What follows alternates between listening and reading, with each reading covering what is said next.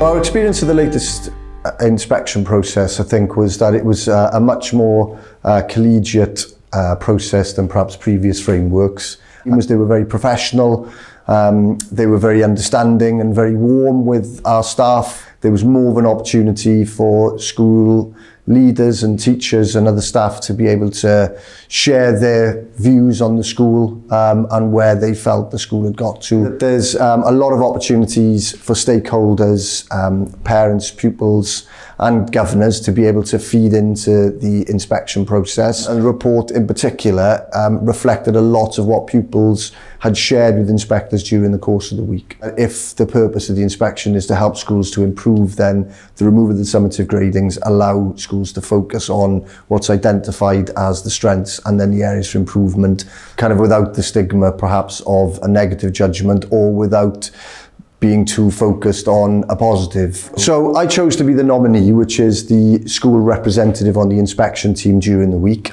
And I chose to do that as head teacher because I felt it would allow me to hear the feedback behind what was going to be in the report as the discussions were taking place.